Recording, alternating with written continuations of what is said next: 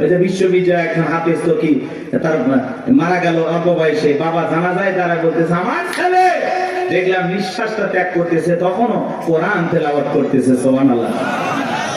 বলে আমি আমার বাবা আমার ছেলে যে কাফনে মোড়ানো, আমি আফসোস করতেছি না তো, আল্লাহ যে কয়দিন হাত দিছে নিয়ে গেছে, আমি আফসোস করবো কেন? আমার ছেলে তো ঘুমাইছে, আমি আফসোস করি নাই। দেখেন বাবার কতটা ধৈর্য, কারণ একটা হাফেজ সন্তান, বিশ্ববিদ্যালয় হাফেজ ছিল। কথা কি বলছেন? পিএসপি কোরআনের আলো চ্যাম্পিয়ন ছিল। মাশাআল্লাহ বলেন, এমন একটা সন্তান আমাদের দরকার। আমাদের দরকার বিশ্ব চ্যাম্পিয়ন হওয়া হাফেজ আলেম। কথা বলেন, কথা বলেন। ক্রিকেটার নাই, ফুটবল বানায় লাভ নাই, সুপারস্টার গায়ক বানায় লাভ নাই, সন্তানকে বানাইতে হবে কোরআনের পাখি। কথা বলেন, পারবো তো ইনশাআল্লাহ। আল্লাহ কবুল করেন না? একটু জোরে বলেন আমিন। আল্লাহ যেন কবুল করেন, জোরে বলেন আমিন। সম্মানিত ভাইরা, আমার দিল দিয়ে কথাগুলো বুঝবেন বাজান, সামনে গেলে মজা পাবেন, একটু কষ্ট মনের মধ্যে নেবেন না। আল্লাহ রাব্বুল আলামিন বলেন ইকরা বিসমি রাব্বিকাল্লাযী খলাক, পর তোমার রবের নামে যিনি তোমাদেরকে সৃষ্টি করেছেন। আয়াতের ভিতরে রব শব্দ আছে না নাই? পবিত্র কুরআনুল কারীমের 1 নাম্বার সূরা সূরাতুল ফাতিহার 1 নাম্বার আয়াত। জবান ছেড়ে সবাই আমার সঙ্গে তেলাওয়াত করুন, আলহামদুলিল্লাহি রাব্বিল আলামিন। সমস্ত প্রশংসা, যাবতীয় প্রশংসার একমাত্র মালিক তিনি, সৃষ্টিগুলোর রব, আমাদের প্রতিপালক আল্লাহ যিনি। আপনি আমি যখন রুকুতে চলে গেলাম কি তাসবিহ পাঠ করলাম? সুবহান রাব্বিয়াল আযীম, সুবহান রাব্বিয়াল আযীম। রব শব্দ আছে না নাই? এরপরে রুকুতে দাঁড়ানোর সময় কি বলি? সামিআল্লাহু লিমান হামিদা, রব্বানা লাকাল হামদ। রব শব্দ আছে না নাই? এরপরে যখন সিজদায় মাথাটা নত করি কি তাসবিহ পাঠ করি? সুবহান রাব্বিয়াল আ'লা, সুবহান রাব্বিয়াল আ'লা। অনেকে দেখবেন খালি ফিসফিস করে, সুবহান সুবহান সুবহান সুবহান সুবহানাল্লাহ কয় না, সবই নেতে আল্লাহ বলবেন। স্পষ্ট বোঝেন না, খালি সুবহান সুবহান সুবহান সুবহান। স্পষ্ট বলতে হবে আপনাকে, সুবহান রাব্বিয়াল আ'লা, সুবহান রাব্বিয়াল আ'লা। এরপরে যখন বাজান সালাম ফিরানোর পরে হাত তুলে মুনাজাত করি, আল্লাহর কাছে কি দোয়া করি? রব্বানা আতিনা ফিদ দুনিয়া হাসানাতাও ওয়া ফিল আখিরাতি হাসানাতাও ওয়া কিনা আযাবান নার।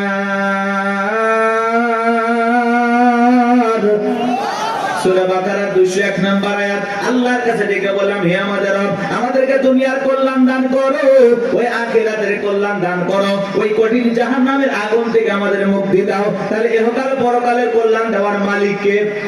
জাহান্নামের আগুন থেকে বাঁচানোর মালিক কে? পবিত্র কুরআনুল কারীমের ভিতরে 114টা সূরা আছে। সর্বশেষ এই সূরাটির নাম হলো নাস, তার 1 নাম্বার আয়াত, কুল আউযু বিরাব্বিন নাস। এর ভিতরেও রব শব্দ আছে না নাই? এ বাজান গো আমার, আপনি আমি যেদিন মারা যাব, মসজিদের মাইকে যেদিন এলান জারি হবে, এই গ্রামের অমুক ব্যক্তি বেঁচে নাই, ইন্না লিল্লাহি ওয়া ইন্না ইলাইহি রাজিউন। আপনার আমার মৃত্যুর সংবাদ শোনার পরে স্ত্রী কেঁদে বলবে স্বামী নাই, ছেলে কেঁদে বলবে বাবা নাই, মেয়েটা কেঁদে বলবে বাবা নাই, পিতা মাতা বেঁচে থাকলে বলবে কলিজার ধনটা হারাইলাম। আত্মীয় স্বজন সবাই আপনার আমার জানাজায় আসবে শেষ বিদায় দেওয়ার জন্য। বাজান আমার, ওই দামি বিল্ডিং বানাইছেন, দামি বাথরুম বানাইছেন, কোথাও আপনার জীবনের গোসলটা হবে না। এমন মানুষ আছে কোটি কোটি টাকা দিয়া সুন্দর করে ওয়াশরুমটা বানাইছে। কথা কথা কি ভিআইপি কারবার, জীবনের শেষ গোসলটা ওই দামি টয়লেটে হবে না। কথা বলেন না কেন? ওই 4-5 কোটি টাকা খরচ করেছেন, ওই জায়গায় হবে না বাজান। ওখান থেকে বের করে চকির উপরে শোয়া মশারি টাঙাইয়া দেখে রঙিন পোশাক কইলা বড়ই পাতার গরম পানি দিয়া গোসল করাবে, আতর সুন্দা লাগায় জনমের মতো সাজাবে, সাদা কাপড়ে চকলেটের মতো ওরাইয়া মসজিদের কাটিয়াতে তুইলা 4 জন বরযাত্রী দইরা একটা দুবা করে কবরস্থানে নিয়ে যাবে। ওই কবরে 3 জন ব্যক্তি নামবে বাজান লাশটা রাখার জন্য। মনে হবে এরাই বুঝি সাথী, কিন্তু না। কবরের লাশটা রেখে মুখটা কেবলামুখী কইরা এক একে সবাই উঠে আসবে। ওই কবরে থাকা ব্যক্তি কবরে শুয়ে থেকে দুরাকাত একটু একটু দেখতে পাইবে। এরপরে যখন বাসের বিছানা বিছায়া দিবে, ছিদ্রগুলো দিয়ে হালকা একটু আলো কবরে প্রবেশ করবে। এরপরে যখন মাটি চতুর্দিক দিয়ে দিয়া যাবে বাজার, উপরে যখন মাটির চাপা দিয়া দেবে, কবরটা হয়ে যাবে ঘোর অন্ধকার। কবরে রেখে আত্মীয় স্বজন বন্ধু বান্ধব ছেলে মেয়ে সবাই চলে আসবে। কবরে থাকা ব্যক্তি ওদের পায়ের আওয়াজ শুনতে পাবে, চিৎকার মেরে ডেকে বলবে, আমাকে একা রাইখা যাও না, আমাকে সঙ্গে নিয়ে যাও। কবরে থাকা ব্যক্তির চিৎকার দুনিয়ার কেউ শুনতে পাবে। আমার নবী বলেন যে কবরে চলে গেল তার চাইতে অসহায় আর কেউ নেই।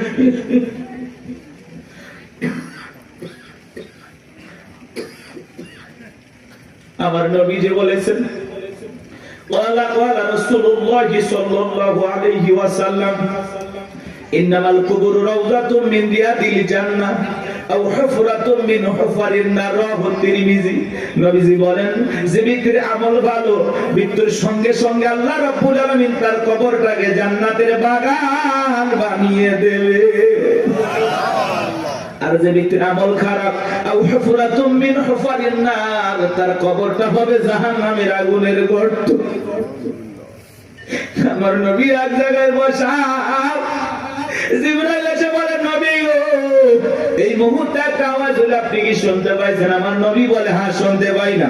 জিবরাইল বলে, নবী, আজ থেকে ৭০ বছর আগে আল্লাহ রাব্বুল আলামিন জাহান্নামের গর্তের মধ্যে একটা পাথর ছেড়ে দিয়েছে। এই মাত্র জাহান্নামের তলদেশে পাথরটা পৌঁছাইলো। চিন্তা করেন বাজান, একটা পাথর ছেড়ে দিলে যদি ৭০ বছর সময় লাগে, আল্লাহ না করুক আপনার আমার গুনাহের কারণে, অপরাধের কারণে আসমানের জমিনের মালিক আল্লাহ যদি বেজার হইয়া একবার জাহান্নামের আগুনের গর্তে ফেলে দেয়, আপনার আমার বাঁচার কিন্তু কোনো উপায় নাই।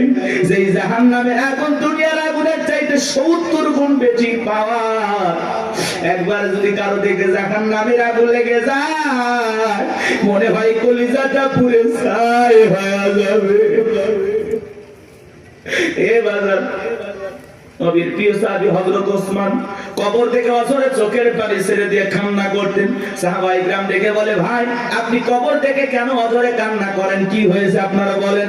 হযরত ওসমান ডেকে বলেন, প্রত্যেকটা মানুষের প্রথম মঞ্জিল, প্রথম ঘাঁটি, প্রথম স্টেশন হলো এই কবর। এই কবরের ভিতরে ৩টা প্রশ্ন করা হবে। যে সঠিক উত্তর দিতে পারবে তার মিজান ফুলসিরাতে কোনো টেনশন নাই, কিন্তু যে উত্তর দিতে পারবে না তার কিন্তু বাঁচার কোনো উপায় নাই। জান্নাতের সার্টিফিকেট প্রাপ্ত সাহাবী কবরে দেখে কান্না করে। ভালো করে বুঝবেন, দুনিয়ার থাকতে জান্নাতের কি পাইছে? কথা বলেন ভাই, কথা বলেন। সেই মানুষ কবর দেখলে অঝরে কান্না করেন। মাঝে মাঝে হযরত ওসমান এত কান্না করতেন, কবরস্থানের পাশে তিনি অজ্ঞান হয়ে পড়ে থাকতেন, জ্ঞান হারিয়ে ফেলতেন। আর আমরা সকালে কবর দেয়, বিকেলে যা তাস খেল, জুয়া খেল। সকালে কবর দেয়, বিকেল বেলা যায় মা বোনেরা খেয়াল করে, মানে যে লাকড়ি করে আছে না, পাতা ঝাড় দেয়, পাতা ঝাড় দেয়, কঞ্চি টঞ্চি থাকে না, ওগুলো ঝাড় দিয়ে পরিষ্কার করে নিয়ে আসে। ভয় নাই। আগে নতুন কবর দেখলে মানুষ ২-১ দিন ভয় পাইতো। কথা বলেন, আগের মানুষের কথা বলতেছি। আর এখন কবরস্থান দেখে কোনো ভয় নাই, কবরস্থানে গিয়ে হাসাহাসি করে। মানুষ মানুষ আর মানুষ নাই তো, মানুষ মরে গেছে, সেই মানুষের সাথে জুলুম করে, আছে না নাই ভাই? চিন্তা করেন, একটা বার চিন্তা করেন, একটা মিনিট চিন্তা করেন, আপনি মারা গেছেন, কি হবে আপনার? কিভাবে আপনাকে বিদায় দেওয়া হচ্ছে? একটু চিন্তা করে দেখেন, কার জন্য কি করতেছেন, দুনিয়ার মায়া করে কি না করতেছেন, সব ফেলায় যেতে হবে। ওই কবর কিন্তু জায়গা ভালো না, সবাইকে যাওয়া লাগবে। কবর কঠিন জায়গা। যার আমল ভালো, কবর তার সাথে ভালো আচরণ করবে। যার আমল খারাপ, দুনিয়াতে গান বাজাইছো না, বক্স নিয়ে এসে ঢিক ঢিক আওয়াজ দিয়া কবরে যাও। দুনিয়ার মাটি যেরকম গান বাজনার আওয়াজে কাঁপাইছো, এই কবর একদিন পরে কোলে নিয়ে কাঁপাবে। কথা বলেন ঠিক না? কি হবে সেদিন তোমার? কবর কিন্তু জায়গা ভালো না, কবর বড় কঠিন জায়গা। কথা বলেন না কেন? 6 দিন পরে নখ খসে যাবে, 9 দিন পরে চুল। কবর গায়ের সামান নিতে কইর না কেউ ভুল। কবর জায়গা ভালো নয়, কবর জায়গা ভালো নয়, কবর জায়গা ভালো নয়। আমল দিয়ে কবর গৃহ সাজায়া নিতে হয়। 17 দিনে পেট ফেটে শেষ পোকার খাদ্য হবে। 7 দিন পরে গোস্তা দেবে না, কঙ্কাল পরে রবে। চিন্তা করেন, ইস এই সুন্দর দেহ, কত রং বেরঙের সাবান শ্যাম্পু, কত কিছু ব্যবহার করলাম, কত মেডিসিন, কত তেল। কবরে গেলে দেহের গোস্তগুলো খসে পড়বে, পেটটা ফুলে ফেটে যাবে, পোকাগুলো খিলফিল করে নাক মুখতে ঢুকে যাবে, চুলের সৌন্দর্য শেষ হবে, মাটি হয়ে যাবে সবকিছু। কি নির্মম পরিস্থিতি আমার সামনে, কি কষ্টের দিন আমার সামনে। আর আমি সেই দিনগুলোর ব্যাপারে দেখিয়া দুনিয়া পাইছি, পাগল হয়ে গেছি। কথা বলেন না কেন ভাই? কত মানুষের কবর ভেঙে যায়, লাশটার দুর্গন্ধ, নাকে কাপড় দেওয়া লাগে। চিন্তা করেন আপনার আমার কি হবে, কি হবে? 17 দিনে পেট ফেটে শেষ পোকার খাদ্য হবে। 7 দিন পরে গোস্তা দেবে না, কঙ্কাল পরে রবে। 90 দিন হাড়গুলি সব, 90 দিন হাড়গুলি সব আলাদা হয়ে রয়। কবর জায়গা ভালো নয়, কবর জায়গা ভালো নয়, কবর জায়গা ভালো নয়। আমল দিয়ে কবর গৃহ সাজায়া নিতে হয়। ওই কবরের ভিতরে 3টা প্রশ্ন করা হবে বাজান। 1 নাম্বার প্রশ্ন করা হবে, মার রব্বুকা, তোমার রব কে? জীবনের পরতে পরতে সব জায়গায় রব, রুহের জগৎ থেকে শুরু করে জীবনের সব জায়গায় রব রব রব। আমরা যেন রবকে ভুলে না যাই। ওই কবরের ভিতরে 1 নাম্বার প্রশ্ন করা হবে, মার রব্বুকা, তোমার রবকে? যারা দুনিয়াতে রবের সাথে সম্পর্ক ভালো ছিল, যারা রবের গোলামি করেছে, রবের বিধান মোতাবেক চলেছে, যাদের রবের সাথে সম্পর্কটা গভীর ছিল, তাদেরকে যখন প্রশ্ন করা হবে মার রব্বুকা, আল্লাহর সেই নেককার মুমিন মুত্তাকি বান্দা জবাব দিয়ে বলবে, রব্বি আল্লাহ, রব্বি আল্লাহ, আমার রব আমার আল্লাহ।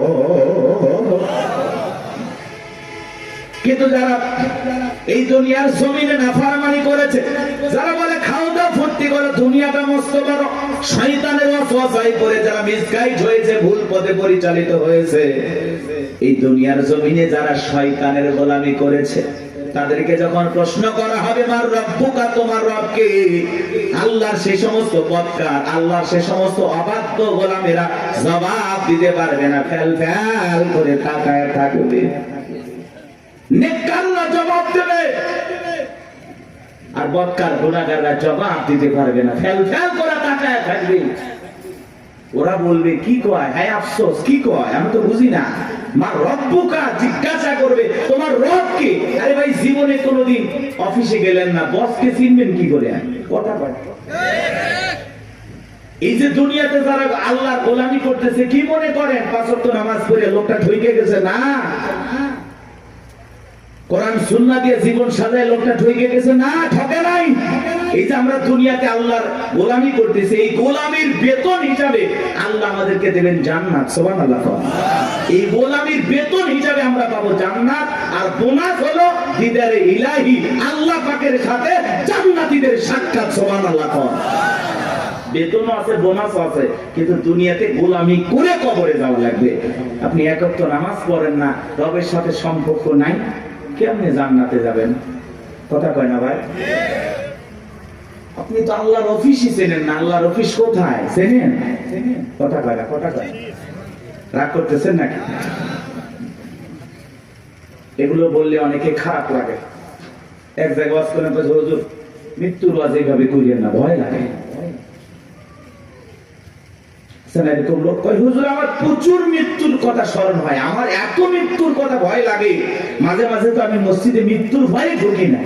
আমি একটা আবার কেমন কথা কই, হুজুর মসজিদে ঢুকতে যেতে লাশ বহনে খাটিয়া, এইটা দেখে আমার এত ভয় লাগে, এই ভয়ে আমি মসজিদে যাই না। এটার নাম কি মৃত্যুর ভয়? কথা বলেন না ভাই? কিছু মানুষ আছে কবর করে বলে না যে আমি 70টা কবর খুঁড়ছি হুজুর, 80টা কবর খুঁড়ছি। আবার পাশে আরেকজন লোক হুজুর যে কবর খোঁড়ার কথা বলতেছে, ও আবার যা কবর করে যে মানুষটা মারা যায় তার ছেলে মেয়েকে বলে, এই তোমার বাবাকে কবর খুললাম, 2 প্যাকেট সিগারেট তো দিলে না। ও যদি 80 লক্ষ কবর করে, কবর কি, কবরে কি হতে পারে এই বুঝ কেউ দিলের ভিতরে আসবে? ভাই কথা বলেন, আসবে? আমাদের অবস্থাটা এমন হয়ে গেছে, কিসের আমল করবো হুজুর?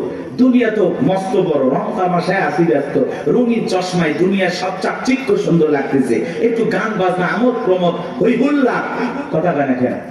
হাজি মানুষ বাস করে আসছে, নাক নির্বিয়া বক বাজতেছে, কন্ট্রোল করতে পারে না, হাজি পর্যন্ত ডাক দিয়ে করছে লঙ্গি ডান্স।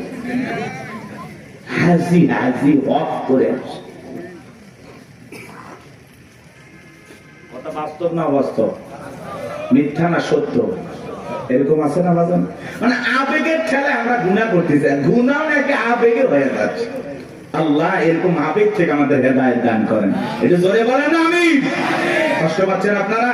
তাহলে কবরে 1 নাম্বার প্রশ্ন, আর রব্বুকা, তোমার রবকে উত্তর দিতে পারবে তারা, আল্লাহর মুমিন মুত্তাকি নেককার বান্দা যারা, উত্তর দিতে পারবে না কারা? আল্লাহর গুনাহগার বদকার অবাধ্য গোলাম যারা, কথা বলে ঠিক কিনা?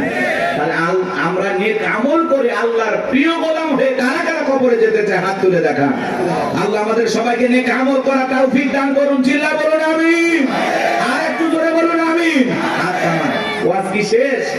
এবার দেখেন খেলাটা কোন দিকে যায়, এদিকে খেয়াল করেন। কষ্ট পাইছেন? এই যে হেদায়েতের উদ্দেশ্যে 2-4 মিনিট কথা বললাম, এইবার চলেন। আল্লাহ রাব্বুল আলামিন বলেন, ইন্নাল্লাযীনা ক্বালু রাব্বুনাল্লাহ, নিশ্চয়ই যারা বলে আমাদের রব আল্লাহ। আমাদের রব কে? জোরে করেন না ভাই, একটু চিল্লায়ে বলেন আল্লাহ।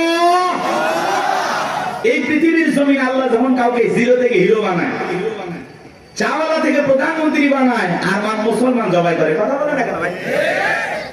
বাংলাদেশে ডক্টর জাকির নায়েক আসবে, ভারতের টেনশন আসবে, আমাদের দেশে আর টেনশন করে ভারতের লোকেরা, কথা বলে না কেন?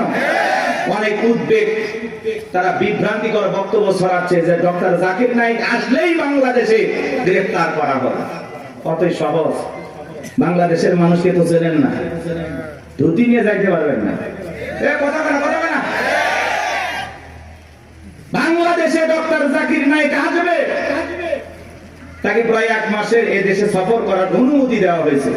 বিভিন্ন জায়গায় তিনি বিভিন্ন প্রোগ্রামে অংশগ্রহণ করবেন ইনশাআল্লাহ। একজন দিনের দায়ী, সারা দেশে সারা পৃথিবীতে যার পরিচয় পরিচিতি আছে। ভারতের তার বক্তব্যের শুনে অসংখ্য মানুষ কালেমা পড়ে মুসলমান হয়েছেন। সেই মানুষটা যদি এই দেশে আসে, আমাদের কোনো সমস্যা আছে ভাই? আমরা মুসলিম হিসাবে খুশি, তাকে ধন্যবাদ জানাই। ডক্টর জাকির নায়েককে আমরা সাদরে গ্রহণ করব, লাল গালিচার সংবর্ধনা দেব, কথা বলা ঠিক না? আর এই দেশে যদি কোনো কারণে কোনো ষড়যন্ত্র বা বিতর্কের কারণে যদি ডক্টর জাকির নায়েক বাংলাদেশে না আসতে পারে, তাহলে বুঝে নেবেন বর্তমান সরকারে যারা আছে এদের ভিতরে ভারতের দালাল আছে। উনি আসবেন, সমস্যা কি? মুসলিম একটা দেশে একজন দাঁড়িয়ে আসতে পারবেন? ডক্টর জাকির নায়েকের অসংখ্য লেকচার আপনারা শুনেছেন, আলোচনা শুনেছেন। ভালো লাগে না? ভালো লাগে না? চমৎকার কথা বলেন। ভারত সরকার তার টিভি চ্যানেল বন্ধ করে দিয়েছেন, তাকেও দেশ থেকে বিতাড়িত করেছেন। এখন তিনি বিভিন্ন দেশ সফর করেন, বিভিন্ন দেশে থাকেন। আলহামদুলিল্লাহ, আমাদের দেশও আসবেন তারই ধারাবাহিকতায়, আলহামদুলিল্লাহ আমরা গ্রহণ করব। উনি আসবেন, ঘুরিয়ে ফিরে চলে যাবেন, সমস্যাটা কোথায়? এতে ভারতের মাথা ব্যথা দরকার আছে? আমাদের দেশে আমরা ডক্টর জাকির নায়েককে নিয়ে আসবো নাকি খানায় খাবার ইমামকে নিয়ে আসবো, সেটা ভারতের কাছ থেকে শোনা লাগবে। ভারতের কথা আমরা চলি, এজন্য আমরা বলেছি আমরা বারবার রক্ত দিয়ে দেশকে স্বাধীন করেছি। আমরা না হতে চাই ভারতের গোলাম, না হতে চাই আমেরিকার গোলাম, আমরা সবাই আল্লাহর গোলাম। এটা আমাদের জীবনের সবচেয়ে বড় পরিচয়। আমরা কার গোলাম? আল্লাহর গোলাম। আমরা দুনিয়াতে কারো গোলামি করার জন্য জন্ম হই নাই, আমরা গোলামি করবো একজন, আর তিনি আমাদের রব, তিনি আমাদের সব, কথা বলে ঠিক না? ডক্টর জাকির নায়েক আসতেছে খুব দ্রুত, 28 নভেম্বরের মধ্যেই বাংলাদেশে আসবেন ইনশাআল্লাহ। তার সফরকে আল্লাহ কবুল করেন। একটু জোরে বলেন আমিন। এটা নিয়ে ভারতের মাথা ব্যথা, অনেক টেনশন, মিডিয়াতে অনেক আলোচনা, তুমুল আলোচনা, সমালোচনা চলতেছে, বিতর্ক চলতেছে। সব বিতর্কের অবসান ঘটবে উনি যখন বাংলাদেশ বিমানবন্দরে পৌঁছাবে। আশা করি উনি আসবে ইনশাআল্লাহ। আমার ভাইরা দিল দিয়ে কথাগুলো বোঝার চেষ্টা করবেন। ইন্নাল্লাযীনা ক্বালু রাব্বুনাল্লাহ, নিশ্চয়ই যারা বলে আমাদের রব আল্লাহ। গভীর মনোযোগ দিয়ে কথাগুলো শুনবেন বাজান। এই পৃথিবীর জমিনে আল্লাহ কাউকে জিরো থেকে হিরো বানায়, সাওয়ালা থেকে প্রধানমন্ত্রী বানায়। নিঃস্ব পৃথিবীতে কেউ বেঁচে নাই। চিল্লায় বলে দুনিয়াতে আমার কেউ নাই। সেই মানুষটাকে আল্লাহ নিঃস্ব থেকে ক্ষমতার চেয়ারে বসায়।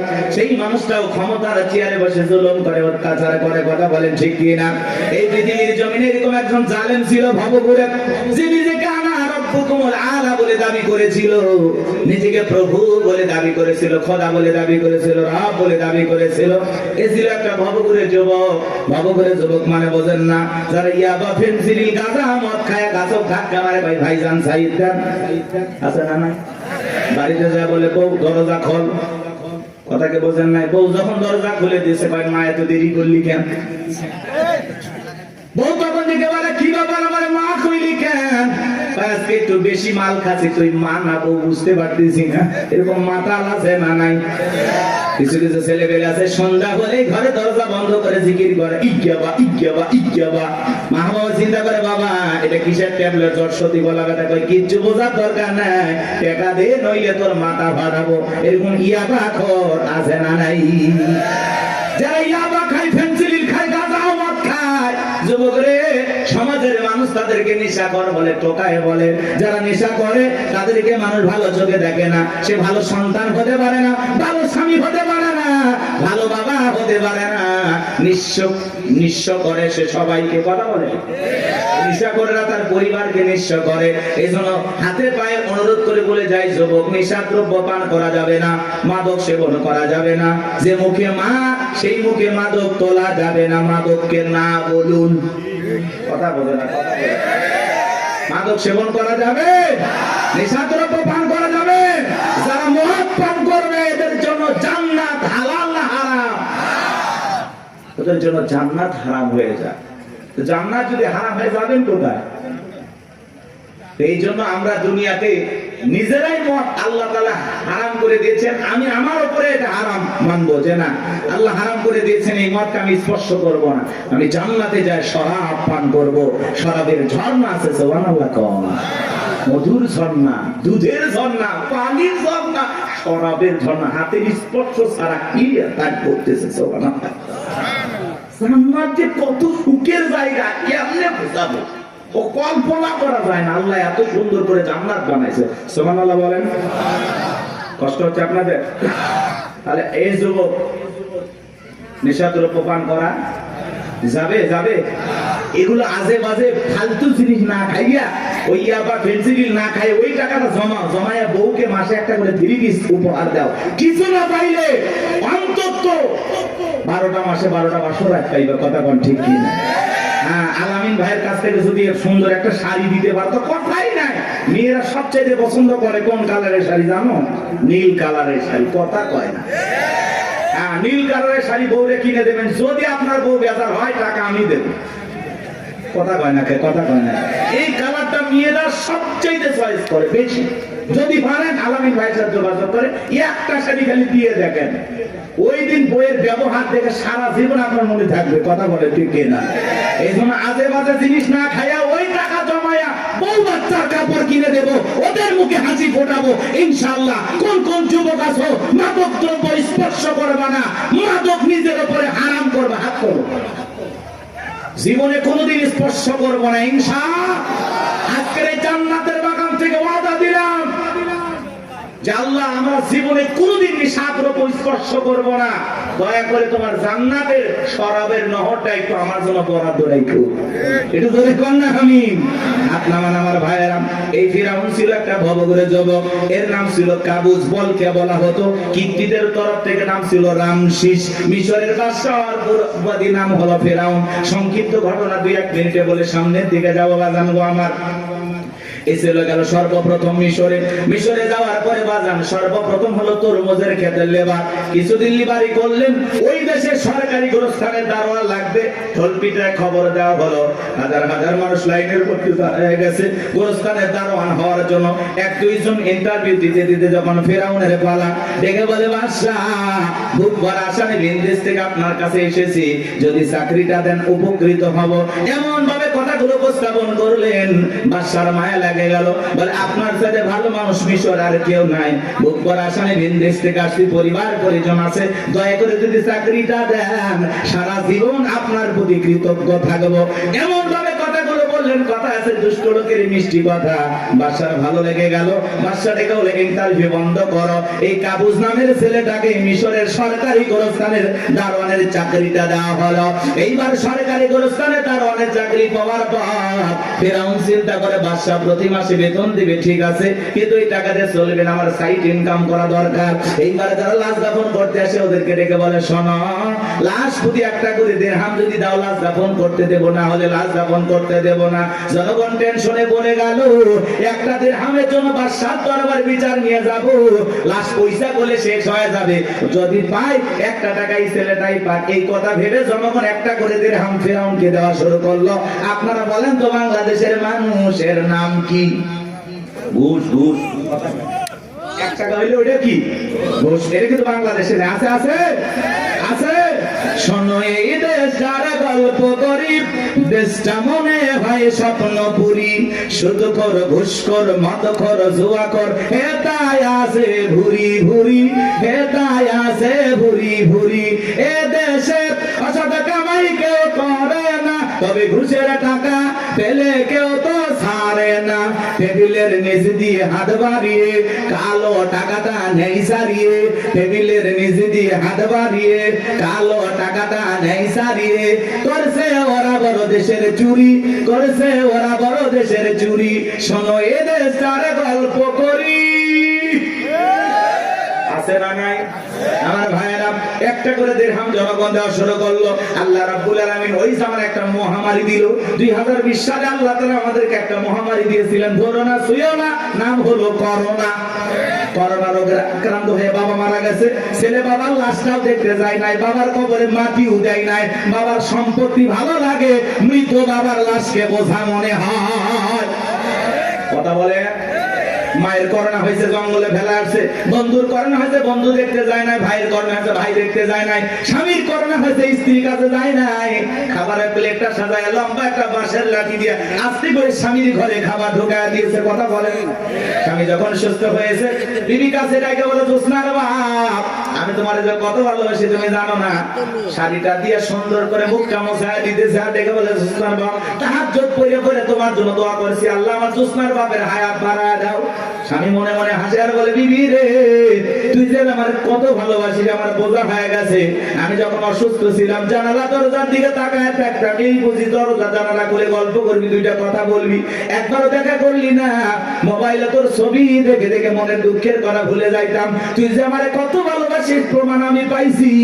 আমি যখন অসুস্থ ছিলাম আমারে তুই বাঁশ দিয়া খাওয়াইছিস। কথা বলে না। এজন্য করোনা মহামারী বুঝে দিয়েছে, দুনিয়াতে কেউ কারো আপন না। কথা বলেন সত্য না মিথ্যা? ওই সময় একটা আতঙ্ক ভয়, কেউ কারো কাছে যায় নাই। বাজানো আমার এই দুনিয়াতে একটা করোনা মহামারীতে মানুষ মারা গেল, মানুষ আর একটা মানুষের কাছে গেল না, বাবার কাছে সন্তান গেল না। তাহলে ভেবে দেখেন বাজান, দুনিয়াতে কেউ কারো আপন না, সব মিথ্যা মায়া, মিথ্যা মায়া। কথা কয় না তো? আপনি কি মনে করেন আপনি মারা গেলে আপনার পরিবারের লোকজন আপনাকে ছাড়া অচল হয়ে যাবে, তারা ভেঙে পড়বে? কিচ্ছু হবে না তাদের। আপনি মরে গেলেও আপন গতিতে আপনার পরিবারের লোকজন তাদের জীবন সাজাবে, আপনার জন্য কেউ অপেক্ষা করবে না। আপনার জন্য পৃথিবীর কোনো কিছু থেমে থাকবে না, না দোকান, না ব্যবসা প্রতিষ্ঠান, না আপনার স্ত্রী, না আপনার সন্তান, না আপনার ব্যবসা বাণিজ্য খাওয়া, কোনো কিছুই থেমে থাকবে না। আপনি মরে গেলেও সব আপন গতিতেই চলবে। কথা বলে ঠিক না? বরং আমরাই বেশি বেশি ভাবতেছি যে আমি মরে গেলে আমার পরিবারে কি হবে না হবে। ওদের কথা ভাবতে গিয়ে আমরা আখিরাত ভুলে গেছি। এজন্য আসুন আখিরাতকে টার্গেট করি। কথা বলে না, আখিরাতকে টার্গেট করি। এর মধ্যে দুনিয়া যতটুকু হয় হইলেও আলহামদুলিল্লাহ, না হইলে আলহামদুলিল্লাহ। কথা বলে ঠিক কিনা? কিন্তু বেশি দুনিয়াকে টার্গেট করলে আখিরাত আমাদের কাছ থেকে দূরে সরে যাবে। এজন্য আমরা দুনিয়া টার্গেট করবো না, আখিরাত।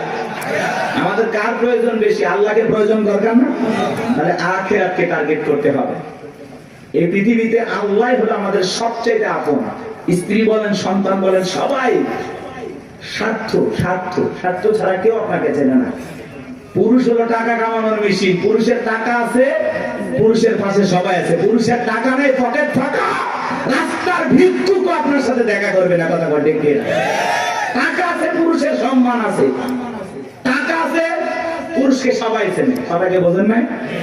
ওই যে গান শুনছেন না, গান শুনছেন, ওইদিকে যাবো না, রাগ করছেন। আপনারা তো রাগ করতেছেন। অস্তি করবো না দোয়া করবো বলেন? আচ্ছা বলেন তো, পুরুষ হলো প্রয়োজন মিটানোর মেশিন। টাকার প্রয়োজন, সম্পদের প্রয়োজন। কথা কয় না কেন? এই প্রয়োজন মিটানোর জন্য আল্লাহ আমাদের দুনিয়ায় পাঠাইছে। কথা কি বুঝতে পারতেছেন বাজান? মন খারাপ করবেন না। যে কথা বলতে চাচ্ছিলাম বাজান, দিল দিয়ে কথাগুলো বোঝার চেষ্টা করবেন, গভীর মনোযোগ দেবেন, সামনে গেলে মজা পাবেন। এই যুবক, তোমরা নিরাশ হয়ে না। তোমরা যুবক, আমিও যুবক। তোমাদের মনের দুঃখটা কি বুঝি। একটু অপেক্ষা করো, তোমাদের জন্য স্পেশাল কিছু আলোচনা মাথার মেমোরিতে সেভ করা আছে, সময় মতো ডাউনলোড দিয়ে শোনায় দেব। মা বোন যারা বসে আছেন, মা একেবারে নিরাশ হবেন না। মা মহিলা প্যান্ডেল মা বোনদের জায়গা হচ্ছে না, আমি শুনেছি। আর পাগলিদের জায়গা একটু বেশি লাগে। ওদের ঘরেও যেরকম দখল করতে চায়, বাহিরে গেলে দখল করতেছে। কথা বল না কেন? এই যে মা বোনদের জন্য কিছু ওয়াজ করা দরকার আছে না নাই? কিছু বাঁকা পথে মা বোন চলে, বাঁকা পথে চলা মা বোনদেরকে ওয়াজের মাধ্যমে আজকে একটু সোজা করা হবে। একটু সময় দেন, সামনে যায়। আমার ভাইরা চলেন, সামনে থেকে যায় বাগান। ওই ডায়রিয়া কলেরা মহামারীতে হাজার হাজার মানুষ মারা গেল। আর ফিরাউনের পকেটে টাকা ঢুকলো। টাকা পাইতে পাইতে এত টাকার মালিক হয়ে গেল বাজান। টাকা টাকার কারোর কোনো জায়গায় নাই। এবার বাদশার দরবার একদিন চলে আসছে। বাদশা, আমার কাছে কিছু টাকা পয়সা আছে। এলাকায় যারা গরিব মানুষ খাজনা দিতে পারে না, দুঃখী মানুষ খাইতে পারে না, আমি তাদের একটু জনসেবামূলক কাজ করতে চাই। বাদশাটাকে বলে, বাবা এই তো ভালো উদ্যোগ, তোমার মতো ছেলে ঘরে ঘরে জন্ম নেওয়া দরকার। এইবার জনগণের সেই সমস্ত টাকাগুলো নিয়ে আসা গরিব মানুষের মাঝে বিতরণ করলেন, খাজনা পরিশোধ করে দিলেন। বলেন তো টাঙ্গাইলের মুসলমান, বুঝে থাকলে বলেন তো টাকাগুলো ছিল কার? নেতা যে মাইক ধরে বলতেছে 5 লাখ দেব, ওই টাকা পাবে কোথা থেকে? আসমানের ফেরেশতারা প্যাকেট পাঠাবে নাকি?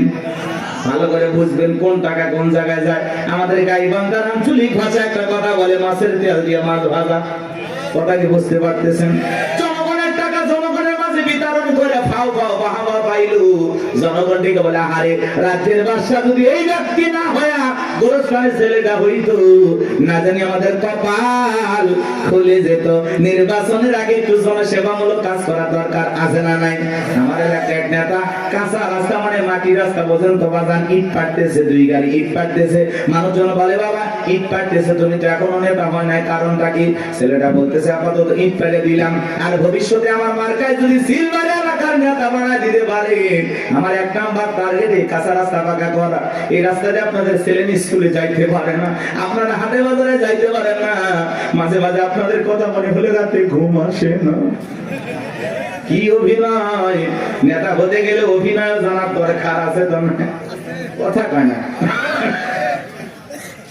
যারাই নেতা এরাই কিন্তু পুরোটা কি অভিনেতা। অভিনয় না জানলে নেতা হওয়া যায় না বাজান। ভালো করে বোঝার চেষ্টা করবেন।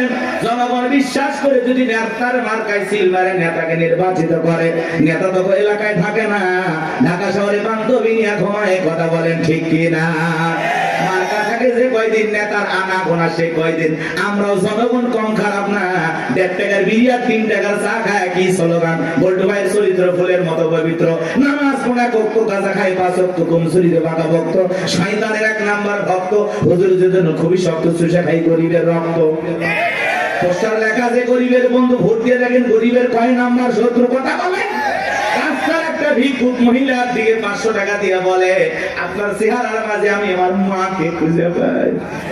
আম গাছে জাম গাছে নেতার ছবি ঝুলানো থাকে, নির্বাচিত হওয়ার পরে এলাকায় থাকে না। আম গাছে জাম গাছে বিদ্যুতের ঘুড়িতে নেতার বিশাল বিশাল ছবি, আর লেখা আছে আমি অমুক নেতা, যারা গালি বদনা, পবিত্র ঈদ উল আজহার শুভেচ্ছা, পবিত্র ঈদ উল ফিতরের শুভেচ্ছা, খালি ব্যানার দিয়ে শুভেচ্ছা জানায়, জীবনে কোনোদিন আর কাছে আসে না।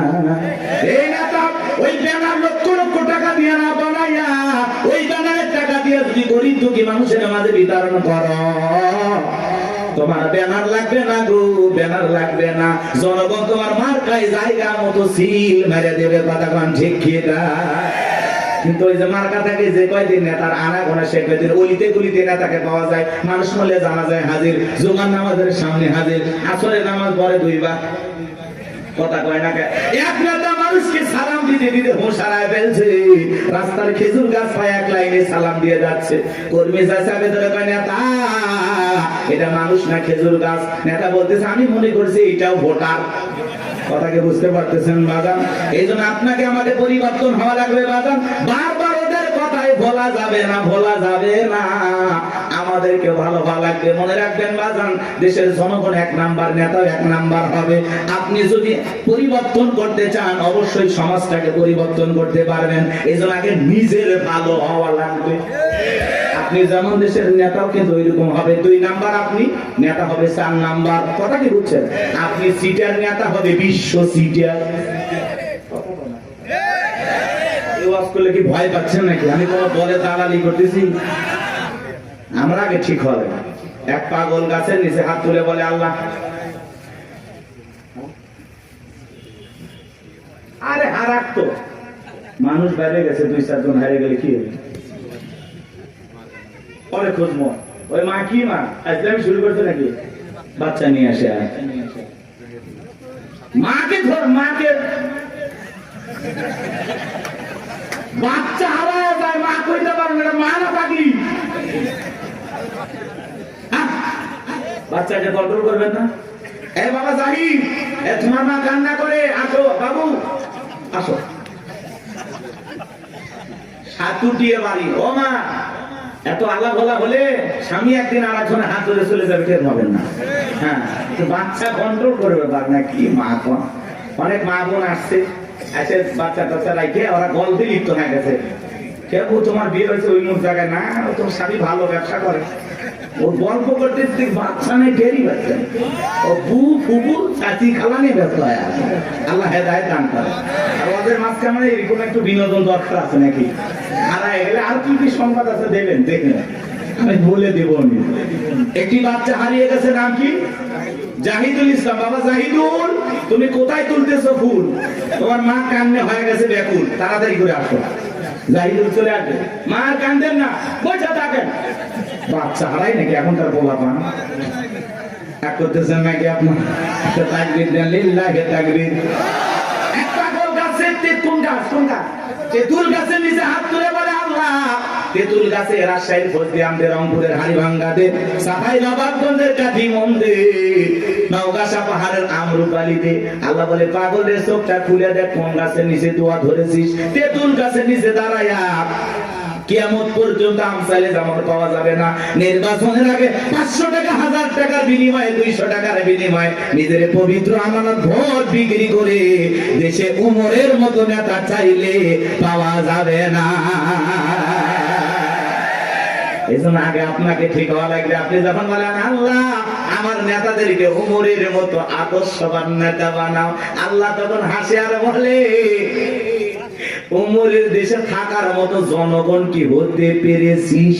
আগে নিজে ঠিক হ। আমার সাকাওয়াত ভাই আজ করলো, নামাজও পড়ে সুদও খায়। আপনি যখন সুদ খায় মুনাজাত করেন, রব্বানা আতিনা ফিদ দুনিয়া, আল্লাহ বলে তোর মতো সুদখোর হারাম করে দোয়া কবুল হবে না। সুদ খায়, ঘুষ খায়, হাত তুলে দাও, আল্লাহ মাফ করে দিন। ভালো ভাইয়া, আপনি জানেন না সুদ খাওয়া হারাম, ঘুষ খাওয়া হারাম, খাইতেছেন মজা লাগে, টাকায় টাকা বাড়ে, কারেন্ট সুদ, ওরে বদমাইশ। আল্লাহ হেদায়েত দান করে। জোরে বলেন না আমি। কষ্ট হচ্ছে নাকি আপনাদের? আমার ভাইরা ভিডিও কথাগুলো বুঝে যান। আমি যে কথা বলতে যাচ্ছিলাম তালুকদার বংশের মতো যদি কলিজাটা বড় হয়, বাপের কাটা যদি হয়ে থাকেন, ডান হাতটা তুলে বলেন, হুজুর যতদিন বেঁচে থাকবো নির্বাচনকে কেন্দ্র করে চা বিড়ি পান সিগারেট খাবো না, একটা টাকাও কোন নেতার কাছ থেকে নেব না, সৎযোগ্য নির্ভীক আল্লাহওয়ালা সমাজের নেতৃত্ব দেওয়ার মতো উপযুক্ত নেতাকে আগামীতে ভোট দিয়া নির্বাচিত করব। হাত তুলে ওয়াদা দেন, পারবেন তো ইনশাআল্লাহ? আপনার ভোটে যেন কোন চোর ডাকাত সন্ত্রাস এলাকার বিপুল পরিমাণের লুটপাটকারী ব্যক্তি যেন ক্ষমতার চেয়ারে বসতে না পারে। আঙ্গুলের সাপটা দেওয়ার আগে চিন্তা করা লাগবে, আমার ভোটে কোনো মোসারু গাজারু মাদারু সুদারু আপনার ভোটে নির্বাচিত হয়ে যেন ধর্ষণ না করতে পারে, দেশের টাকা বিদেশে পাচার না করতে পারে। এমন নেতাদেরকে 54 বছরে দেখেছেন, আগামীতে যা করবেন বুঝে শুনে করা লাগবে। ভাবিয়া করিও কাজ, করিয়া ভাবিও না, পাথর দিয়ে মানুষকে করবে খুন, এমন নেতা সমাজে প্রয়োজন নাই। কথা বলেন ঠিক কিনা? চলে না বাজার সামনের দিকে যায়, কথা মানে একটু বেশি হয়ে গেল, মন খারাপ করছেন। কথা বলা লাগতো, অবস্থা যেমনই হোক বাজার দিল দিয়ে কথাগুলো শুনে যান। নির্বাচনের আগে একটু জনসেবামূলক কাজ সবাই করে, আর নির্বাচনের পাতিলে যে চা রান্না হয়, বৃষ্টি হওয়ার পরে খেলে পারলে নিচে যে পানি যায়, ওইটা রং আর ওই পাতিলের চায়ের রং সমান। কথা কন ঠিক কিনা? এখন একটা চা খায়, বিড়ি খায়, সিগারেট খায়, নিজের পবিত্র আমানতটা বিক্রি করবেন না। মাথায় থাকবে। আল্লাহ হেদায়েত দান করে। চলেন সামনের দিকে যাই বাজান। এইবার মিশরের মন্ত্রী মারা গেল, নির্বাচন শুরু হয়ে গেল। আগে তো জনগণের মন কায়রে নিয়েছে, সবাই বলে ভোট দিবা কোনখানে? কয় ফেরাউন যে মার্কাটার আছে তার মাঝখানে। একসাথে সবাই মিলে ফেরাউনকে ভোট দিয়া মিশরের মন্ত্রী বানায় দিল। কিছুদিন পরে আল্লাহর খেলা বোঝা বড় ভাই, বার্ধক্যজনিত কারণে মিশরের বাদশা মারা গেল, সিংহাসন ফাঁকা হয়ে গেল।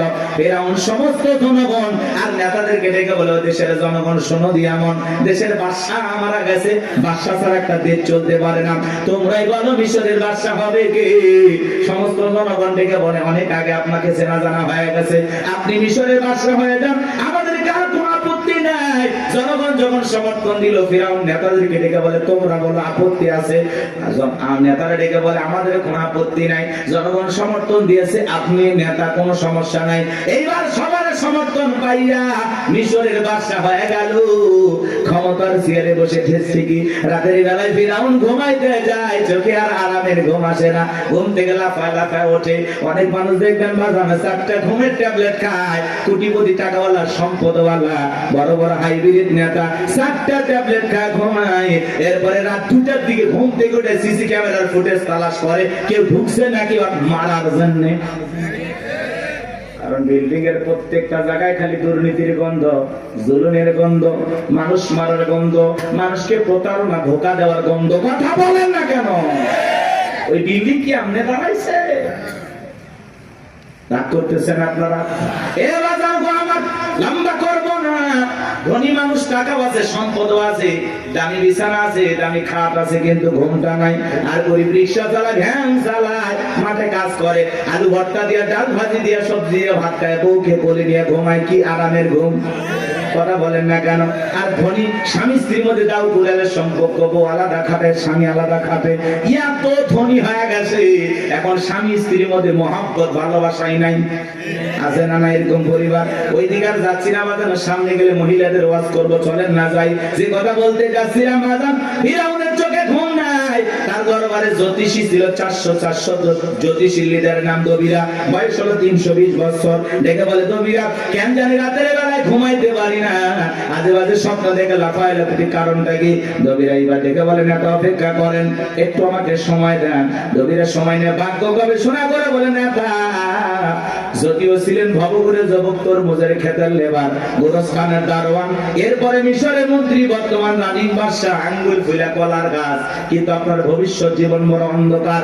আগামী 3 মাসের মধ্যে বনি ইসরাইল সম্প্রদায়ের ভিতরে মুসা নামের একটা ছেলে জন্মগ্রহণ করবে। ওই মুসার কারণে রাজত্ব পাওয়ার ক্ষমতা থাকবে না। নেতারে, এমনকি আপনার জীবন যাওয়ার সম্ভাবনাও দেখা যায়। এই কথা শোনার পরে ফিরাউনের মাথা ঠান্ডা না গরম? খালি গরম মানে?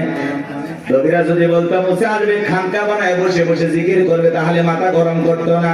আজ বাংলাদেশের দিকে তাকায় দেখবেন, যারা খানকা বসাইয়া জিকির করতে সভাপতি করতেছে, নারী পুলিশ একত্রে হয়ে ঢোলক বাজায় জিকির করে আর গান গায়, দেখে না কয় পানির ভিতর জ্বললে বাতি ঝড় বাতাসেও নেবে না, ল্যাংটা বাবার মুরিদ হইলে নামাজ রোজা লাগে না। যেই পীর সাহেব বলবে নামাজ রোজা লাগে না, ওইটা পীর না টাটকা শয়তান। সিজদার মতো একটা সিজদা দিবি, জান্নাত পার হয়ে জাহান্নামের তলে পড়বি। আছে না নাই? লালন শাহ মাজারে দেখলেন না, মহিলারা গাঁজার কলকিতে টান মেরে খাইয়া বলতেছে আমি বিমানে উঠতেছি। প্রকাশ্যে জনগণের সামনে মাজার গুলোতে গাঁজা খাওয়া হয়, মাজারে গাঁজার কলকি দিয়া তো ধোঁয়া ছাড়ে বাজা, রাস্তায় প্রশাসনের লোক দাঁড়িয়ে থেকে বলে মনে হয় ওরসের রান্না চলছে। কথা বল না কেন? ভণ্ডগুলো ভণ্ডামি করে যাচ্ছে আর বলে আমরা হকের দরবারে আছি। আছে না নাই? কথা বলেন না কেন? ভণ্ডামি পাইছেন, জায়গা পান না। পিছ দিল শাহজালাল খানকাই পীর, রাজপথে পীর, নারায়ে তাকবীর হুঙ্কার দিয়েছে, গৌর গোবিন্দ ধুতি পরার টাইম পাইনি। কথা বলেন ঠিক কিনা? এরকম শাহজালালের মতো পীর দরকার আছে না নাই? আল্লাহ ওয়ালা ভালো জিনিস, ওয়াকুনু মাস সাদিকিন। আল্লাহ বলে তোমরা সত্যবাদীদের সঙ্গে হও। যে পীরের পা থেকে মাথা পর্যন্ত নবীর সুন্নাত দিয়ে ঢাকা, যার চেহারার দিকে তাকাইলে আল্লাহর কথা স্মরণ হয়, এরকম আল্লাহ ওয়ালা যেখানে আমরা আছি সেখানে গাঁজাখোর ভণ্ড লালু বাবা, কালু বাবা, শিকল বাবা, তালা বাবা যেখানে, শয়তান আছে সেখানে। কথা বোঝা গেল? কোন ভণ্ডদের কাছে আমরা যাব না ইনশাআল্লাহ, কোন ভণ্ডের কাছে যাব না। সাহেব নাই, মানুষ আছে কিনা তাও সন্দেহ। কবর মাজার বানায় রাখছে, লেখা রাখছে তাকিস আর রহমতুল্লাহ আল্লাহ, ওপরে লেখে মাহবুব সোবান, ভারতের কামান, জামানার জামান। আছে না নাই? এক এক পীরের নাম, আল্লাহ হেদায়েত দান করে। ভণ্ড পীরের ওয়াজ বেশি করবো না, কষ্ট হচ্ছে আপনাদের। এই ভণ্ডদের কাছে যাওয়া যাবে? এমনও পীর আছে মহিলা মুরিদ দেখলে মাথা ঠিক থাকে না, দুই হাত বাড়ায় বলে মাই। মহিলা চিন্তা করছে এত বড় আল্লাহ ওয়ালা আমারে ডাকে, যদি বুকে না যায় জাহান্নামে জায়গা হবে না। পীর সাহেবের বুকের ভিতরে ঢুকে গেছে, আর পীরের বুকের ভিতরে ঢুকে এত শান্তি পাইছে, আনন্দের ঠেলায় গান গায়, বাবা আমি তোমায় ভালোবাসি, তোমার চরণ ছুঁইতে বাবা তোমার কাছে আসি গো বাবা, আমি তোমায় ভালোবাসি। যে নারী স্বামীকে বাদ দিয়ে পীরের ফাটা পায় চুমা খায়, ওই নারীর চরিত্র ঠিক না। শুনে যান, আপনার কি আপনার স্বামী, কথা বলে প্রত্যেকটা সন্তানের কাছে তার মা বাবা হলো পৃথিবীর সবচাইতে বড় পীর। কথা বলে জীবনে কোনোদিন মা বাবাকে ভাত দেয় না, পিতা মাতার জন্য 1 কেজি কমলা বেদনা কেনে না, পীর সাহেবের দরবারে গরু নিয়ে দৌড়ায়। পাগল দেখছেন? মা বাবার খবর নেয় না, পীরের বাবার খবরের অভাব নাই। আল্লাহ হেদায়েত দান করেন। গরু ছাগল নিয়ে কোনো পীরের দরবারে দৌড়াবেন না। আচ্ছা উনি যদি আল্লাহ ওয়ালা হয়, ভালো আছে, তো গরু ছাগল দিয়ে কি করবে? এলাকায় কত গরিব নিয়ে বিয়ে হয় না, দেন না, গরুটা জবাই করে মেহমানদারি করা দেন, আল্লাহ খুশি হবে। এলাকায় মাদ্রাসা আছে, গরিব দুঃখী বাচ্চা পড়াশোনা করে, এতিম বাচ্চারা, একটা ছাগল মাদ্রাসায় দেন, ওরা জবাই করে খেয়ে আল্লাহর কোরআন তেলাওয়াত করবে, আরশের মালিক আল্লাহ খুশি হবে।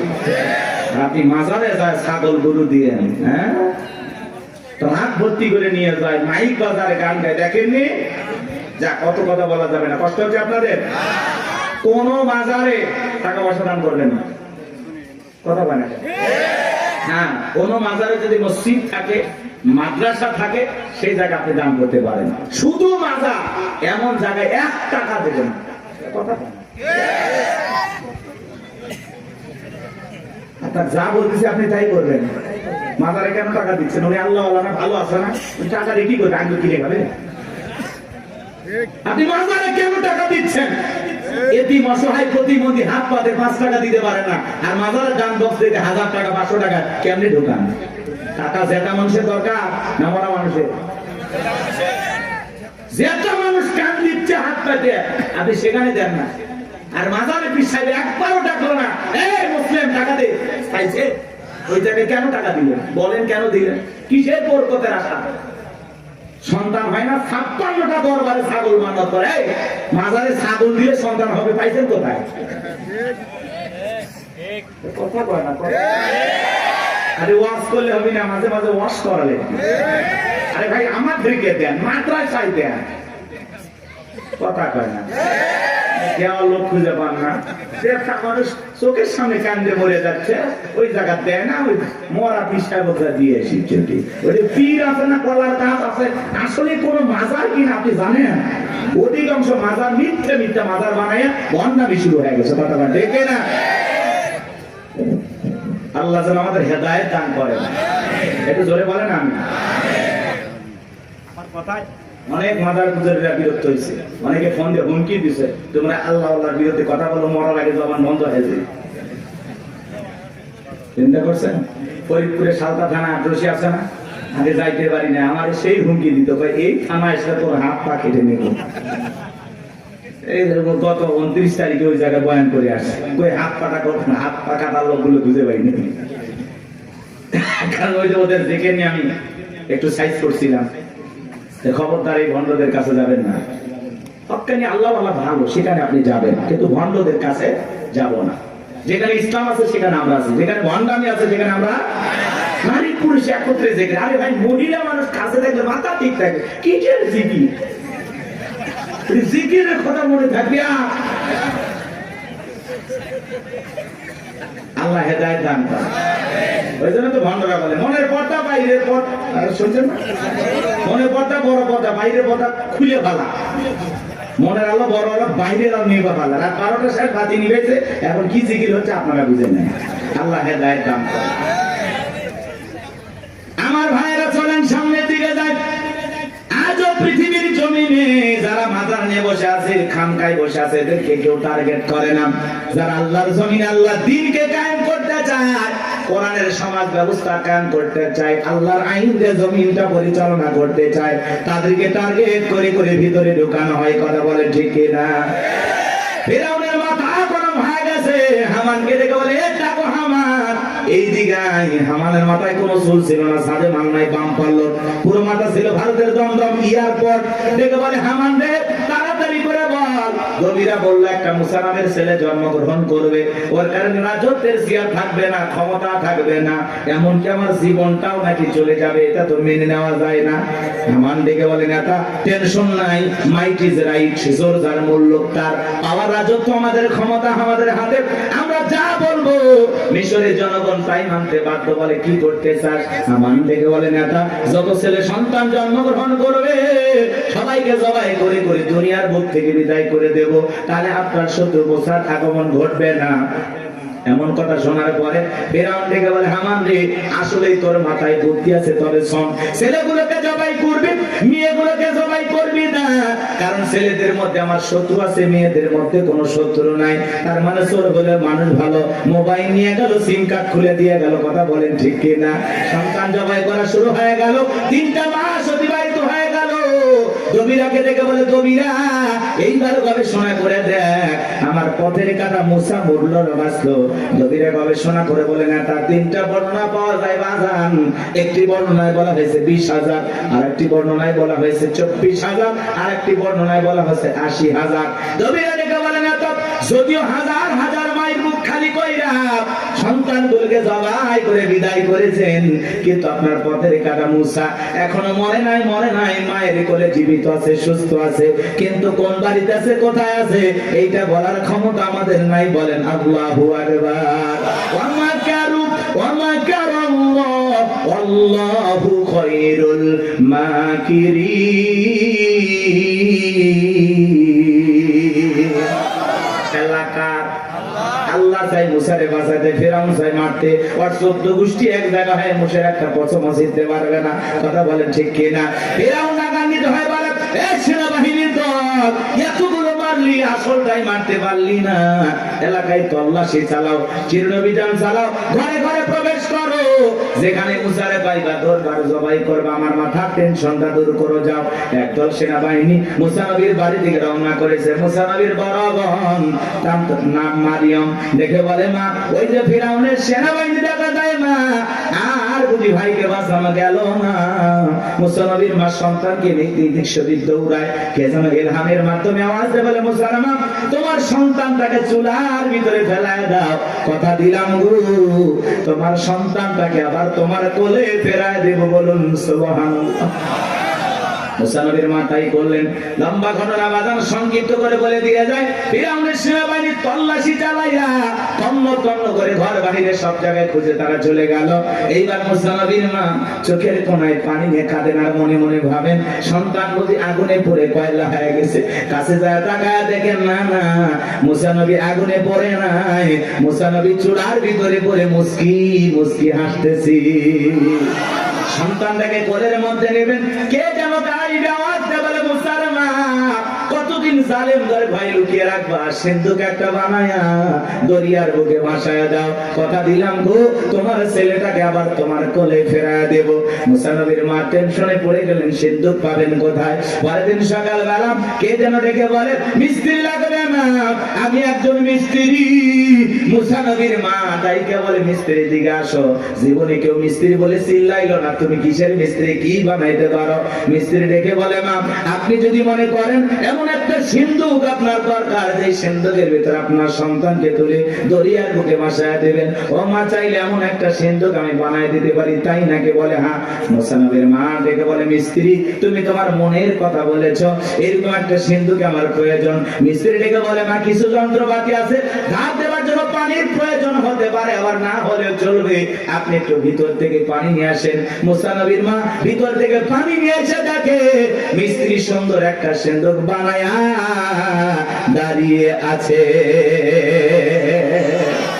এবার সিন্ধুকটা হাতের মধ্যে দিয়ে মিস্ত্রি দৌড়ায়, পেছন থেকে ডেকে বলে, মিস্ত্রি লোহার পয়সা কি নিবা না, কাঠের পয়সা কি নিবা না, তোমার পারিশ্রমিকের দামটা কি নিবা না? মিস্ত্রি ডেকে বলে, মা যারা বিপদে পড়ে আমি তাদের উপকার করি, বিনিময়ে টাকা পয়সা গ্রহণ করি না।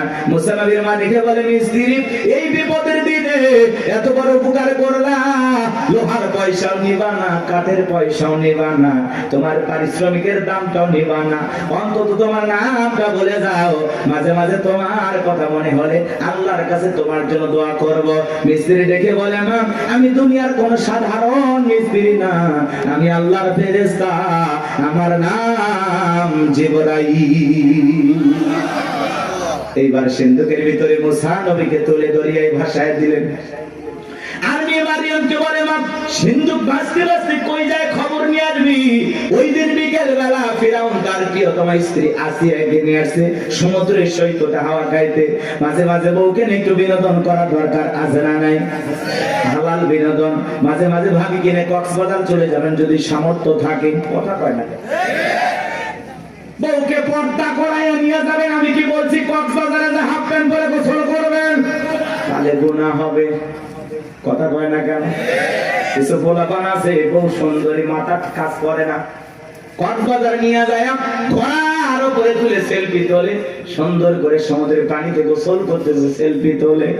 বিকেল বেলা আইডিতে পোস্ট করে বলে, প্রিয় তোমার সাথে কক্সবাজারের প্রথম দিন কিছু ছবি তুলেছি দোস্ত তোমাদের দেখার জন্য, ভাবিকে বৃষ্টি ভিজা শরীরে কেমন লাগতেছে একটু লাইক কমেন্টসে জানাও। এর চাইতে মূর্খ বেয়াদব সমাজ আর কেউ আছে নাকি? যে নিজের বইয়ের ছবি ফেসবুক আইডিতে ছাড়ে, এর রুচিতে সমস্যা, কথা বলে। এই বউ হলো পার্সোনাল জিনিস, একান্তই আমার, এটা পাবলিসিটি করার জিনিস না, কথা বলে না। এমনিতে নিয়ে মানুষকে জ্বালায় আছি আমরা, তার উপর আবার বইয়ের ছবি ফেসবুকে ছাড়ে, কত পাগল আছে না? না হুজুর এখন একটা গান বানাচ্ছে, শোনি, কথা কয় নাকি? শুনছেন? কোন গ্রামে বাড়ি তোমার, কেমন তোমার বাপ, ফেসবুকে ছবি সাইডে করছো কেন বাপ? শুনছেন না? দেখ সময় নাই, অনেক লম্বা হবে, কষ্ট হচ্ছে আপনাদের, বিরক্ত হয়েছেন আমার কথা? মহিলা দল আজ একটু পরে হবে, আপনার আগে ঠিক হন। কি বউকে মাঝে মাঝে বিনোদন করবেন? পিকনিক স্পট গুলো যেখানে ভদ্র লোকেরা যায় সেখানে যাবেন, মাঝে মাঝে বউকে নিয়ে একটু ঘোরাফেরা করবেন, নিজে বউকে একটু সময় দেবেন, না হলে অন্য আরেকজনের সাথে ঘোরাঘুরি করবে, আপনি টেরই পাবেন না। এরকম মহিলা আছে না নাই? আর একবার যদি বউ বাঁকা পথে চলে, ওই বউকে সোজা করা কঠিন। নষ্ট গাড়ি ঠিক করা যায়, কিন্তু নষ্ট নারীকে ঠিক করা যায় না। একবার যদি একটা নারীর চরিত্র নষ্ট হয়ে যায়, ওই নারী একটা পতিতার চাইতে নিকৃষ্ট হয়ে যায়। এর জন্য বাজার কথাগুলো বাস্তব। নষ্ট গাড়ি ঠিক করা যায়, কিন্তু নষ্ট নারীকে ঠিক করা যায় না। নারী এমন একটা জিনিস, নারী বুঝতে পারলে নিয়ামত, না বুঝতে পারলে কিয়ামত। বুঝতে পারলেই ঘরে সুন্দর পরিবেশ নিয়ে বাঁচতে পারবে না, আর না বুঝতে পারলে ঘরে আগুন জ্বলবে, দাউ দাউ করে অশান্তির আগুন জ্বলবে। ওই আগুনে শুধু আপনি জ্বলবেন, আপনার পরিবারও জ্বলবে, সমাজ জ্বলবে। কথা বলে ঠিক কিনা? আরে ভাই, মসজিদে মুয়াজ্জিনি করে, বইয়ের জ্বালায় গলা দড়ি দিয়ে মরছে, দড়ি দিয়ে মরছে। কয়েকদিন আগের ঘটনা। হুজুর মানুষ আমরা মারবেও পারি না, শাসনও করে পারি, কি দিয়ে মারবেন? আল্লাহ এমন একটা সিস্টেম দিয়েছে মারা। ওই মেসওয়াক পরিমাণে 1 বিঘা, কথা কয় না? আচ্ছা, এটা তো মারা যায় 8 ইঞ্চি দিয়ে, কথা কয় না? এটা পান্টি হলো, অনেকে পাই হুজুর প্লাস দিয়ে মারো, মানে প্লাস দিয়ে ওই পান্টি ধরবি না, হাত দিয়ে ধরালে। আর কার বউ যদি মমতাজের মতো মোটা হয়, আর ওই পান্টি যদি পিঠে মার যায়, বউ কবি আমার কাতু কুতু লেগেছে, কথা পান্টি। ইসলাম এমন একটা সুন্দর সিস্টেম আল্লাহ তাআলা আমাদেরকে দিয়েছেন। ইসলাম এত সুন্দর একটি ধর্ম, আসলে বউ মারার পক্ষে আল্লাহও নাই, কথা কয় না? আল্লাহ বলতেছে বউ ভালোবাসার জিনিস, মারিবে। আর তুমি যদি সকালে বউরে পিটাও, রাতের বেলা কই ঘুমাবা? ওই বউয়ের কাছে যাতে তোমার লজ্জা করবে না, কথা কয় না? আর পাগল, কিছু পাগল আছে না, বউরে এমন পিটান পিটা, যতক্ষণ আব্বা ডাকছি ততক্ষণ ছাড়বো না। মানুষের গৌরী এত মারিস কেন? তাই মারবো না। এই বেহানারি বাবার কাছে আমি 1.5 লাখ টাকা পাই, মাত্র 1 লাখ টাকা দিয়েছি, এখন আমি 50,000 টাকা পাই। ও মানে শ্বশুর বাড়ি থেকে হালখাতার টাকা পাই। এরকম যৌতুক লোভী কিছু আছে না? যারা যৌতুকের জন্য বউকে পিটায়, এরা হলো ছোট লোক, কথা বলেন। এরা সমাজের জঘন্য লোক, কথা বলেন। এই পুরুষ না টাকা ইনকাম কর, যা ইনকাম কর। শ্বশুরের টাকা লোক কাঁচা পায়খানা খাওয়া যেমন হারাম, কন্যা পক্ষের কাছ থেকে জোর করে যৌতুক দাবি করা তেমনি হারাম। তো যৌতুকের টাকা না খাওয়া 2 কেজি খা। কি সাকত ভাই, মন খারাপ করতেছেন? এলে চলবে? রাগ করতেছেন নাকি আপনারা? ভাই যৌতুক নিয়েছেন নাকি আপনি? উঠতেছেন কেন? তাকবীর দেন, লিল্লাহি তাকবীর। আমার ভাইরা গভীর মনোযোগ দিয়ে শুনবেন বাজান। সামনের দিকে গেলে একটু কষ্ট হবে আপনাদের, কষ্ট হচ্ছে? চলেন সামনে গেলে মজা পাবেন বাজান। এইবার ফিরাউনের ঘাটে সিন্ধুক চলে আসলো। সেনাবাহিনী সিন্ধুকটা ধরে নেতার কাছে নিয়ে গেছে। ফিরাউন ডেকে বলে, সিন্ধুকটা খোলো তো দেখি। সিন্ধুকটা যখন খোলা হলো, সবাই তাকায়া দেখে সিন্ধুকের ভিতরে মনে হয় পূর্ণিমার চাঁদ উদয় হয়েছে। আসিয়ার চক্ষু শীতল হয়ে গেল। ফিরাউন দেখে বলে, তরবারি আন, জবাই কর। এইটাই মুসা। আসিয়া বলে, থামো, খালি মারাই শিখছো, এতগুলো মারলা তাও কি শান্তি পাইলা না? ও স্বামী, এই ছেলেটাকে মারার আগে আমার একটা প্রশ্নের উত্তর দাও। এই যে সিন্ধুকটা দেখা যায়, এমন কাঠ কি তোমার দেশে পাওয়া যাবে? ফিরাউন কাঠটা নাই গেছে, বলে, বিবিরা, এই সিন্ধুকের যেমন কাঠ, এমন কাঠ আমি কেন আমার বাপ দাদা 14 পুরুষও কেউ দেখে নাই। আসিয়া বলে, স্বামী, এটা ভিন দেশি কারো সন্তান, বাঁচতে বাঁচতে আমার দেশে আসছে। এই ছেলেটাকে আমি মারতে দেব না। এই ছেলেটাকে আমাদের পালক পুত্র হিসাবে লালন পালন করতে চাই। জোরে কোন মারহাবা। কথায় আছে, যেখানে বাঘের ভয় সেখানে রাত হয়। যারে খুঁজতেছে মারার জন্য, আল্লাহ তারই দায়িত্ব দিল লালন পালন করার জন্য। জোরে বলেন মারহাবা। আসিয়া যখন বলেছে, ছেলেটাকে আমি পালবো, একে আমাদের পালক পুত্র বানাবো। অনেক কঠিন স্বামী, কিন্তু মাঝে মাঝে বইয়ের আপত্তির কাছে দুর্বল হয়ে যায়। বলে, ঠিক আছে, মাইনা নিলাম। আসিয়া বলে, শুধু মারলেই হবে না, ঢোল পিটায় খবর দাও, ফিরাউনের ছেলে সন্তানকে দুধ পান করাবে, মাসে মাসে তাকে বেতন দেওয়া হবে। বলে, ঠিক আছে। ঢোল পিটানো হলো। হাজার হাজার নারীরা আসছে, মুসা নবীকে কোলে নেয়, স্তন খুলে মুখ লাগায় দেয়। আল্লাহ নবী মুসা আলাইহিস সালাম কোন মহিলার স্তনে দুধ পান করে না। বলে কোন মারহাবা। সমস্ত নারীরা ব্যর্থ হয়ে চলে গেল। ওই যে মুসা নবীর বোন নাম তার মারিয়ম, ঈসা নবীর মায়ের নাম মারিয়ম, আর মুসা নবীর বড় বোনের নামও ছিল মারিয়াম। এইবার মারিয়াম দেখে বলে, ও রানী আসিয়া, এমন একটা ধাত্রীর খবর আমার কাছে আছে, আমার বিশ্বাস এই সন্তানটা দুধ পান করবে, তাই নাকি? বলে